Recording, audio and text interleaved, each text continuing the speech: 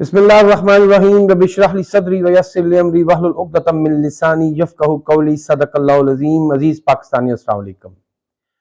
پاکستان اس وقت ایک ایسے مافیا کے تسلط میں ہے جس کا مشن کم از کم پاکستان سے وابستگی نہیں رکھتا۔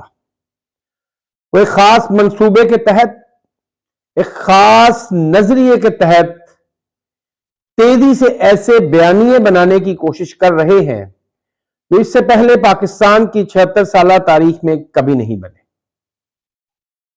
عوام سے جن کا تعلق نہیں، آئین اور قانون سے جن کا کچھ حساب کتاب نہیں، 11 ماہ سے پاکستان میں نگران حکومتیں قائم کی گئی ہیں اور وہ لاقانونیت کی ایسی مثالیں قائم کر رہی ہیں جس کی اس سے پہلے مثال نہیں ملتی۔ ہر روز ان میں سے کوئی ایک شخص چینلز پر آ کر بیٹھ جاتا ہے، الٹے سیدھے بیانات دیتا ہے اور عوام میں انتشار اور خلفشار پیدا کرنے کی کوشش کرتا ہے۔ ان میں سر فہرست نگران وزیر اعظم انوار الحق ککڑ ہے۔ یہ بھوت پالشیا قسم کا انسان جسے خود نمائی کا شوق پاگل پن کی حد تک ہے۔ آج کل یہ ہر روز کسی چینل پر آ کر بیٹھتا ہے اور کچھ نہ کچھ آل فال بکنا شروع کر دیتا ہے۔ 2 دن قبل اس نے وسیم بادامی کے پروگرام میں اسرائیل کے لیے اپنی حمایت کا کھلم کھلا اعتراف اور اظہار کیا۔ اس سے یہ سوال کیا گیا، وسیم بادامی نے اس کی توجہ دلائی کہ قائد اعظم کا جو اصول اور نظریہ ہے اس کے مطابق اسرائیل امریکہ کی ناجائز اولاد ہے۔ یہ مسلم دنیا کی کمر میں گھونپا گیا ایک خنجر ہے۔ اس پر اس بدبخت شخص نے کہا کہ قائد اعظم کا فرمان کوئی آسمانی صحیفہ نہیں ہے۔ اگر تمام سیاسی جماعتیں اور رہنما مل جائیں اور اس پہ اجماع کر لیں تو اس کو بدلا جا سکتا ہے۔ حیران کن طور پر قائد اعظم کا پاکستان تو توڑ دیا گیا، جناح کا پاکستان 2 ٹکڑے کر دیا گیا، جناح کے دیے گئے 2 قومی نظریے کو دفن کر دیا گیا، جناح کی سوچ اور نظریے کو بھی توڑنے کی اور دفن کرنے کی باتیں کر رہے ہیں، مگر جناح ہاؤس پر ان کا ماتم ہے کہ وہ ختم ہونے کا نام نہیں لیتا۔ پہلی بات تو یہ کہ 50 سالہ زندگی میں ہمیں پہلی دفعہ پتا چلا کہ کوئی جناح ہاؤس لاہور میں بھی ہے، یعنی کہ قائد اعظم کی ایک جائیداد لاہور میں بھی تھی، لیکن وہ کبھی بھی قائد اعظم یا ان کے اہل خانہ کو اس تک دسترس نہ مل سکی۔ بہرحال 9 مئی کے واقعے کا ایک فائدہ تو یہ ہوا کہ قوم کو پتہ چل گیا کہ لاہور میں کوئی جناح ہاؤس نام کی عمارت بھی ہے۔ یہ ایسے بے شرم لوگ ہیں کہ جو کبھی تو اسرائیل کو تسلیم کرنے کی بات کرتے ہیں تو کبھی یہ بیرونی قوتوں کو پاکستان میں اڈے مہیا کرنے کی باتیں کرتے ہیں۔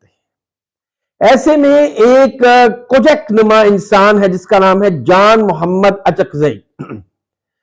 یہ بھی بھوت پالشیا اور خاصا نسلی قسم کا انسان ہے اور چور راستوں سے اقتدار میں آنے کا ماہر ہے۔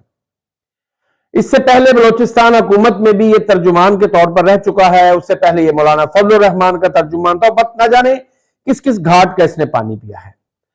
آج کل یہ بلوچستان کی نگران حکومت میں انفارمیشن منسٹر ہے، اور اس کا کام کیا ہے؟ اس کا کام حکومت کی پالیسیوں یا ان کے جو مختلف فیصلے ہیں ان کو کے بارے میں میڈیا کو آگاہ کرنا ہے۔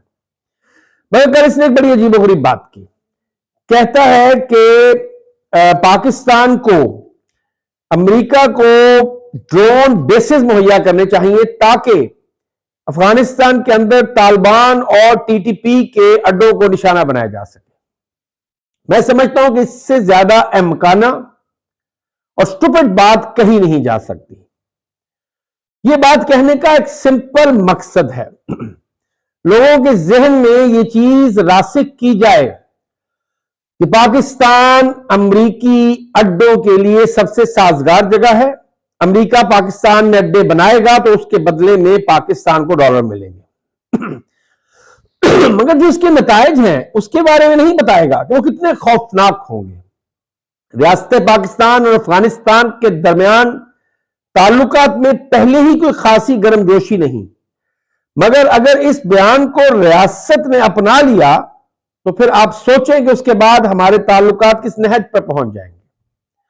اور اس کا دوسرا نتیجہ یہ ہے کہ آپ دہشت گردوں کو اور ٹی ٹی پی والوں کو دعوت دے رہے ہیں کہ آئیں اور پاکستانیوں کو مزید اپنی دہشت گردی کا نشانہ بنائیں۔ ایسے میں انوار الحق کاکڑ آج ایک اور چینل پر آئے اور فرماتے ہیں کہ سوشل میڈیا ایسا ہے ویسا ہے۔ اس نے کہا جی کہ سوشل میڈیا پر نہ کوئی میری ماں چھوڑتا ہے، نہ کوئی میری بہن چھوڑتا ہے، نہ کوئی میری بیٹی چھوڑتا ہے۔ ارے بدبخت، کیا تم لوگوں نے پنجابیوں کی بھی کسی کی ماں بہن بیٹی کو بخشا ہے؟ کیا تم لوگوں نے پی ٹی آئی کی کسی ماں بہن بیٹی کو بخشا ہے؟ جس طریقے سے پنجاب میں اور سندھ میں پاکستان کی ماؤں بہنوں اور بیٹیوں کو ذلیل و رسوا کیا گیا ہے پچھلے 1.5 سال میں، اس کی مہذب دنیا تو کیا زمانہ جاہلیت سے بھی کوئی مثال ملنا انتہائی مشکل ہے۔ جب لوگوں کی ماؤں بہن بیٹیوں کو تم ذلیل کرو گے، لوگوں کی ماؤں بہنوں بیٹیوں کو تم 8 مہینے بغیر کسی جرم کے جیلوں کی سلاخوں میں بند کر دو گے، انہیں ان کے بچوں سے، ان کے شوہروں سے، ان کے ماں باپ سے دور کر دو گے، بوڑھی عورتوں، بوڑھی ماؤں کے بیڈ رومز تک تمہاری رسائی ہوگی، عورتوں کے آنچل تم سروں سے چھینو گے، تو پھر انوار اللہ کاکڑ تیری ماں بہن بیٹی کوئی آسمان سے اتری ہے کہ اس کی عزت کی جائے؟ یہ انتہائی بدبخت لوگ ہیں۔ میں بڑے افسوس کے ساتھ کہتا ہوں کہ 1971 میں بھی کچھ ایسی ہی صورتحال تھی۔ کل 16 دسمبر ہے، کل پاکستان دو لخت ہوا تھا، کل 2 قومی نظریے کو قتل کر دیا گیا تھا، کل جناح کے پاکستان کو توڑ دیا گیا تھا۔ جناح ہاؤس کو آگ لگانے کی تو ہم بات کرتے ہیں، تو جناح کا بنایا ہوا پاکستان تم نے کل توڑا تھا۔ تب بھی 16 دسمبر 1971 کو بھی اس وقت کے مقبول ترین لیڈر کو کوٹ لکھپت جیل میں بند کیا گیا تھا۔ تب بھی پاکستان کی 57% غالب اکثریت کی رائے کو پیروں تلے روندا گیا تھا۔ تب بھی پاکستان کے آئین اور قانون کا تمسخر اڑایا گیا تھا۔ تب بھی قوم کے ووٹ کی توہین کی گئی تھی۔ تب بھی 163 سیٹوں والوں کو جیل میں ڈالا گیا اور 81 سیٹوں والے لاڈلے، انوکھے لاڈلے کے لیے پاکستان کو توڑا گیا تھا۔ تب بھی پاکستان کی عزت کو سٹیک پہ رکھ کر تباہ کیا گیا تھا، جس کے نتیجے میں دنیا کے سامنے پاکستان کو وہ ہزیمت اٹھانی پڑی جو کہ اس کی 76 سالہ تاریخ میں ایک مثال ہے۔ 93,000 پاکستان کے آرمی، پیراملٹری فورسز اور بیوروکریسی، سویلین ملازمین کو ہتھیار ڈالنے پڑے اور دنیا نے وہ تماشا دیکھا، ہمارا تماشا بنا تھا۔ آج بھی کچھ ویسا ہی ہے۔ آج کل شیر افضل مروت کو لاہور میں گرفتار کیا گیا۔ شاید پختونوں کو یہ پیغام دیا گیا کہ ایک پختون بھائی لاہور میں آ کر سیاسی ایکٹیویٹی نہیں کر سکتا۔ آج اسلام آباد بار کے سابقہ صدر شعیب شاہین کو کوئٹہ ایئرپورٹ پر گرفتار کر لیا گیا۔ انہیں کہا گیا یا تو آپ کے پاس آپشن ہے کہ آپ واپس چلے جائیں اور یا پھر آپ کو ہم 3 MPO کے تحت کوئٹہ میں نظر بند کر دیں گے۔ مجبوراً انہیں لاہور واپس آنا پڑا۔ تو آپ اسلام آباد والے کو بتا رہے ہیں کہ تم کوئٹہ میں آ کے تم کوئی سیاسی کارروائی نہیں کر سکتے۔ یہ 1971 میں جو کچھ ہوا تھا یہ اس کی کو دہرایا جا رہا ہے۔ تب بھی یوں ہی کہا جا رہا تھا کہ ہمیں سب پتا ہے، میڈیا جھوٹ بول رہا ہے۔ بین الاقوامی میڈیا کو کہا جاتا تھا کہ آپ جھوٹ بولتے ہیں، آپ جھوٹے الزامات لگاتے ہیں، یہاں تو راوی چین ہی چین لکھ رہا ہے، ہر طرف امن ہے، شانتی ہے۔ مگر پھر 17 دسمبر کی صبح جب پاکستانی اپنی نیند سے، خواب غفلت سے بیدار ہوئے تو انہیں پتا چلا کہ پاکستان 2 لخت ہو چکا ہے۔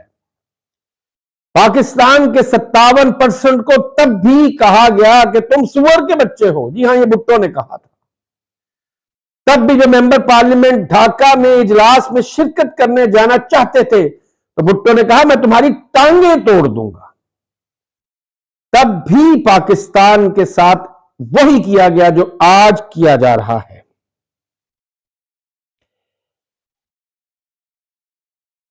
آل شریف وہ انوکھے لاڈلے جن کے ساتھ ہمیشہ سے اسپیشل سلوک کیا جاتا ہے، اب جب پی ایم ایل این کو نظر آ رہا ہے کہ وہ لاہور کی ایک بھی سیٹ نہیں جیت سکتے، تو اب ان کے لیے پنجاب کے دیہاتی علاقوں میں ایسے حلقے ڈھونڈے جا رہے ہیں جہاں سے آل شریف کو انتخابات جتا کر اسمبلیوں تک پہنچایا جائے۔ ایسا ایک واقعہ کل ہوا کہ جب شیخو پورہ سے سابقہ ایم این اے بلال احمد ورک کو اچانک نامعلوم افراد نے اٹھا لیا اور ان پر پھر انتہائی شدید قسم کا تشدد کیا گیا، جن سے ان کی ایک آنکھ شاید ضائع ہو چکی ہے۔ وہ ایک جوان مرد انسان تھا، کسی نہ کسی طرح وہ ان اغوا کنندگان کے چنگل سے آزاد ہو کر نکل آیا۔ بتایا جاتا ہے کہ انوکھی لاڈلی مریم گوال منڈن کو چونکہ گوال منڈی سے ذلت آمیز شکست کی توقع ہے، تو اسے شیخو پورہ کے اس دیہاتی حلقے سے انتخاب لڑا کر جتانے کی کوشش کی جا رہی ہے۔ لعنت ہو ایسی بوسیدہ، بدبودار اور تعفن زدہ سوچ پر، جنہوں نے پاکستان کی شناخت کو دنیا بھر میں اس وقت مجروح کر کے رکھ دیا ہے۔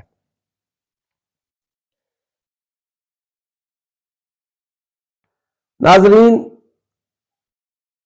پاکستان کا مرثیہ کہہ رہا ہوں، لوگ کہتے ہیں امید دلوائیں، امید ہے تو میں یہ بات آپ سے کر رہا ہوں۔ اگر میں نا امید ہوتا تو یہ بات آپ سے کیسے کر پاتا، کیسے اپنے دل کو آپ کے سامنے کھول کے بیان کرتا، کیسے پاکستان کا مرثیہ پڑھتا۔ مگر حقیقت یہ ہے کہ کچھ اچھا ہو تو آپ کو بتاؤں نا۔ مہنگائی، ظلم اور فسطائیت کی ایک ایسی داستان پاکستان میں پچھلے 20 ماہ سے رقم کی جا رہی ہے جس نے پاکستان کے مستقبل کو تاریک کرنے میں کوئی کسر نہیں چھوڑی۔ پاکستان کا مستقبل اس وقت شدید خطرات اور خدشات کا شکار ہے۔ بحیثیت ایک باشعور اور محب وطن پاکستانی میرا فرض بنتا ہے کہ میں آپ تک وہ حقائق پہنچاؤں جو سچ پر مبنی ہو اور جو ہمارے بند آنکھوں اور دن میں دیکھے گئے خوابوں کو کھول سکیں، ہماری آنکھوں کو کھول سکیں۔ اللہ آپ سب کا اور پاکستان کا حامی ناصر ہو۔ پاکستان زندہ باد، پاکستانی قوم پائندہ باد۔ شکریہ والسلام۔